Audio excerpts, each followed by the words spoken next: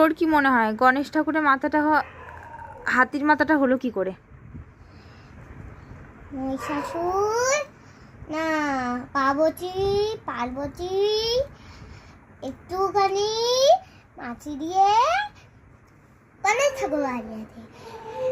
তারপরে